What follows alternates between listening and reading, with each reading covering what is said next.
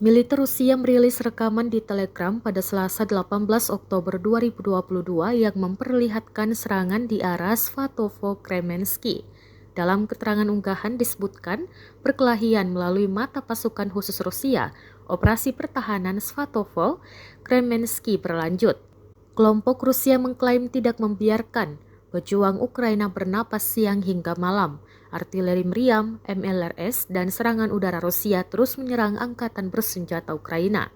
Di malam hari, amunisi penerangan bak lampu hiasan juga diluncurkan Rusia.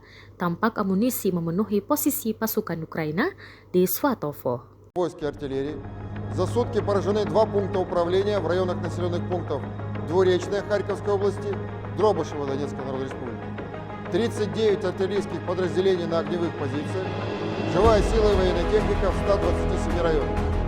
Уничтожено 6 складов боеприпасов в районах населенных пунктов Фиголевка Харьковской области, Верхнекаменская, Солидар Донецкой Народной Республики, Новогригоровка Николаевской области, Новопетровка и Давыдов-Брод Херсонской области. В районе города Николаев уничтожено хранилище топлива для военной техники вооруженных сил Украины.